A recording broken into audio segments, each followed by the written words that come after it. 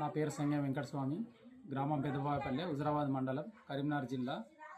నేను నాకు జ్ఞానోదయం వచ్చిన కాడికి వెళ్ళి ఎప్పుడైతే చదువు 10th వరకు అయిపోయిందో మా అమ్మ నాన్న కష్టపడి చదివించారు. అప్పటికి వెళ్ళి బీజేపీ అంటే నాకు ప్రాణం. ఎందుకంటే ఒక ఎటువంటి మచ్చలేని పార్టీ అది స్థానికంగా. ఎందుకంటే న్యాయ పోరాటంలో ఒక భాగము. వెనకట వాళ్ళు ఎట్లా పోరాడారో ఇప్పుడు ఇది కూడా అదే పార్టీ అనే ఉద్దేశంగా ఆ పార్టీకి ఆకర్షిస్తున్నది. అప్పటి నుండి ఇప్పటి వరకు కూడా నేను ఎటువంటి ప్రలోభాలకు లొంగకుండా నాకు మొన్న మా ఊరాలో బై ఎలక్షన్లు వచ్చినా కానీ నీకు ఇల్లు ఇస్తాం అన్ని ఇస్తామని ఇచ్చినా కానీ నేను ఎటు తొలగకుండా పార్టీలనే ఉన్నా.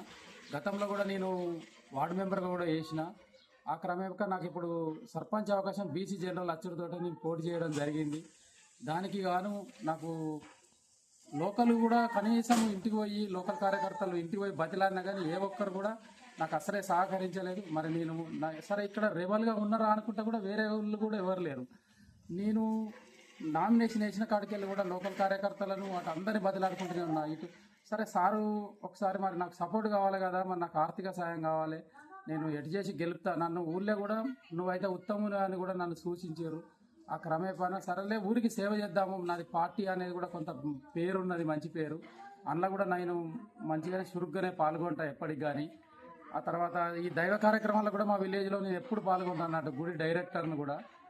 ఆ మంచి పేరుతోటి నేను కాబట్టి ఈ జై శ్రీరామ్ నినాదంతో ఈ రామ మందిర నిర్మాణంతో దానికి ఈ మనదే ఈ పార్టీ అనే ఉద్దేశంగా నా కుటుంబం మొత్తం అది చేస్తే ఇలా నాకు వెన్నుపోటు పడుతుంది. ఓన్లీ ఈటల రాజేందర్ గారి దగ్గరికి పోయి నాకు సహాయం కావాలని కోరినందుకు నన్ను ఈ ఈ హుజరాబాద్ మండల్ పార్టీ ప్లస్ కరీంనగర్ జిల్లా అధ్యక్షుల వారు కూడా నన్ను బెదిరియడం జరిగింది. దానికి నాకు మీరు అక్కడికి పోతేనైతే నీకు ఎటువంటి సహాయ సహకారాలు అందియము మేము ఆర్థికంగా కానీ ఏడ కానీ అని సార్ కూడా నాకు టైం ఇచ్చిండు. ఒకసారి రోజు మీటింగ్కి వస్తానని వీడికి రూట్ మ్యాప్ కూడా అడిగితే కూడా నాకు సరే సార్ అన్న వాళ్ళ నీకు ఇప్పుడు మళ్ళీ సార్ రూట్ మ్యాప్ కూడా నువ్వు ఇచ్చినమాట కదా, ఇట్లా ఇస్తే మంచిగా కూడా నా దగ్గరికి రాత్రి వచ్చి బెదిరించారు. అసలు నువ్వు ఇస్తే కూడా మళ్ళీ వాళ్ళు తెల్లారి కూడా వచ్చి నీకు ఇన్ని డబ్బులు ఇస్తాము, నువ్వు కంపల్సరీ నువ్వు ఇక పోటీలో నిలుసో అని నాకు డబ్బులు కూడా ఒక 5 నుండి 6 లక్షలు ఇస్తామన్నారు. వ్యక్తిగతంగా కూడా నా దగ్గరికి వచ్చి చెప్పారు. ఎవరు కరీంనగర్ కార్పొరేటర్ ఒక అతను, హైదరాబాద్ నుండి వచ్చిన ట్రైనింగ్ ఆఫీసర్ అడ్వర్టైజరు, తర్వాత రామ్ల కుమారు, గంగాడి కృష్ణారెడ్డి గారు, సంజయ్ అన్న నువ్వు చెప్పినట్టు కనుక చేసి అంటే నేను నీకు 7 నుండి 8 లక్షలు కూడా మేము గెలిపిస్తే కూడా నీకు సాయం అందిస్తాం తప్పనిసరి అని చెప్పడం వల్ల మరి సార్ ఈరు సార్ ఆ రానుడితోటే సరే నీ దగ్గర ఉన్నాయి అయితే మొదట వీళ్ళు ఇస్తున్నారు కదా అని చెప్పేసి నేను బజార్లు అప్పుల మీద అప్పులు చేసుకొని ఇవ్వడం జరిగింది. ఈ క్రమం 5-6 గంటల దాకా పంచే క్రమంలో కథం చేతులు ఎత్తేసారు. నన్ను ఇప్పుడు ఎక్కడ కాను చేసారు. అసలు ఏదో అవ్వబెట్టది అడక తిన్న చదరంగంలో నన్ను ఆడుకున్నారు ఇద్దరు రకం కలిసి. నేను పార్టీ బేసులనే పోయినా తప్ప కానీ ఈయన ఆయన మధ్యలో ఇప్పుడు ఆవులు కొట్లాడుకొని లేగల దూడలు ఇరగొట్టినట్టు చేసిర్రు నన్ను. అయితే ఇప్పుడు నా పరిస్థితి మాత్రం ఘోరంగా ఉన్నది. సంజయ్ అన్న కూడా వచ్చి మధువాని గార్డెన్లో ప్రతి వార్డు మెంబరు పోటీ చేస్తే నేను ఎంత ఖర్చు అయినా కానీ పెట్టుకుంటానని ఎందుకన్నా ఇటువంటి మాటలు మాట్లాడుకోవడం, మేము ఆర్థికంగా లేనోళ్ళము, నీ మాటలకు ప్రలోభపడి మేము త్యాగం చేసినాం. ఇవాళ నా పరిస్థితి ఏంది, రేపో మాపోయాను అయితే చనిపోయేదంటే మాత్రం నీదే బాధ్యత నా సంజయ్ అన్న. నేను ఖచ్చితంగా చెప్తున్నా, ఈ పార్టీ మీద మీరు మాసంటే అమాయకులను ప్రేమికులను మాత్రం ఆటాడుకుంటే మాత్రం మంచిగా ఉండదు. నాతోటే మీ పార్టీ మారాలి, లేకపోతే ఈ వ్యవస్థను మీరన్నా సస్పెండ్ కావాలన్నా. నేను బతిలాడిన నా ఊళ్ళోకి పోయి కూడా సీనియర్ నాయకుల మీద కాళ్ళ మీద పడ్డాను. నేను నాకు 2 బిడ్డలు ఉన్నారు ప్లస్ ఒక కొడుకు. నా కొడుకు కూడా RSSలో ఫుల్ టైం వర్కర్ అన్న. ఎందుకన్నా ఇటువంటి చావు దెబ్బ కొడతారు ఈయన ఆయన అని చెప్పేసి మా సోటర్ల మీద ఏం కావాలన్నా పని చేసుకుంటే బతికేటోళ్ళం. పార్టీ నుండి ఏమన్నా రూపాయి ఆశించినామా? మీరే వస్తారు, మీరే పైసలు ఇస్తామంటారు, మళ్ళీ మీరే ఇవ్వకపోవడం ఏందన్నా? సరే ఆయన ఇంత సాయం చేద్దాం మనోడు కదా అని వస్తే అక్కడ ఇయ్యరు, ఇక్కడ ఇయ్యరు. ఆఖరికి ఏం కావాలనుకుంటారు అసలు? ముందుకొచ్చే కనీసం చిన్నపిల్లలకి ఇప్పుడు మళ్ళీ ఈరోజు బీజేపీ అని చెప్తే మాకే చెప్పబుద్ధి అయితే లేదన్నా. మీరంటే లీడర్లు ఎక్కడికెళ్ళి వస్తే ఎక్కడికెళ్ళో డబ్బులు సంపాదించుకుంటారు. మీరు పాపేపల్లెకు పాదయాత్రకు వచ్చినప్పుడు కూడా వాయుపుత్రలో నీకు మీ అన్నం పట్టించిందన్న. ఎవరనుకొని మీరు క్యాడర్ మీకు ఏం చెప్పిందో తెలుస్తలేదు. కనీసం ఇదైతే ధర్మంగా ఒక కుటుంబాన్ని మాత్రం మీరు బలి చేసిర్రన్న మీ మీ మీ మధువాని గార్డెన్ల ఆలోచనతోటి.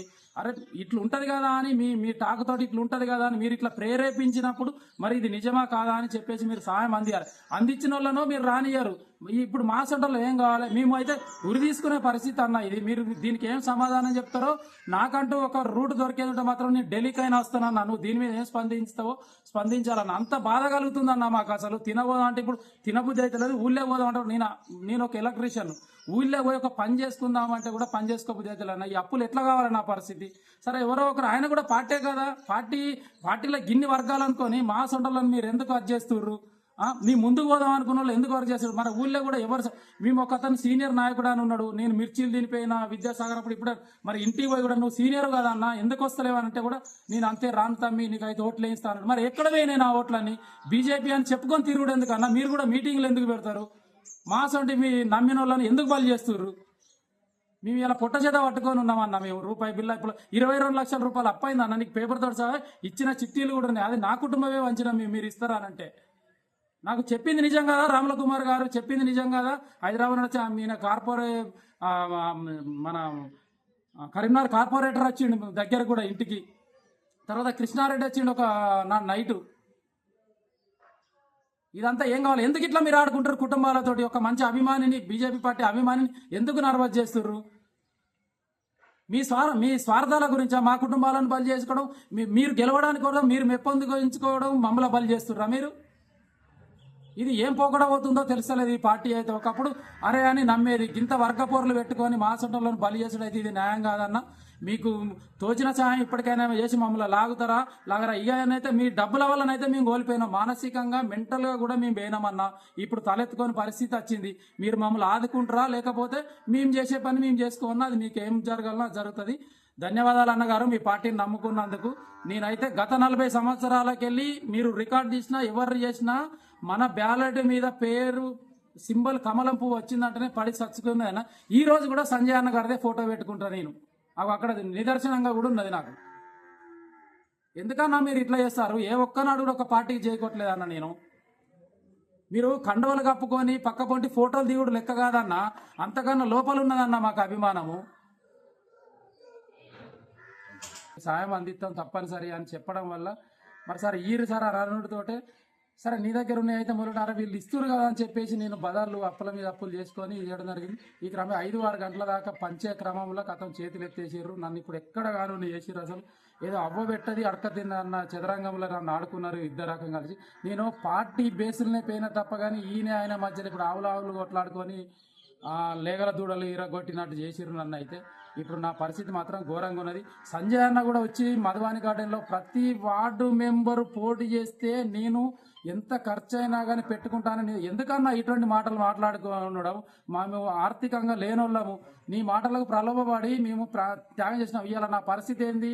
రేపో మాపోయానైతే చనిపోయేదంటే మాత్రం నీదే బాధ్యత నా సంజయ్ అన్న. నేను ఖచ్చితంగా చెప్తున్నా, ఈ పార్టీ మీద మీరు మా సొంత అమాయకులను ప్రేమికులను మాత్రం ఆటాడుకుంటే మాత్రం మంచిగా ఉండదన్న. నాతోటే మీ పార్టీ మారాలి, లేకపోతే ఈ వ్యవస్థను మీరన్నా సస్పెండ్ కావాలన్నా. నేను బతిలాడిన నా ఊళ్ళోకి పోయి కూడా సీనియర్ నాయకుల మీద కాళ్ళ మీద పడ్డాను నేను.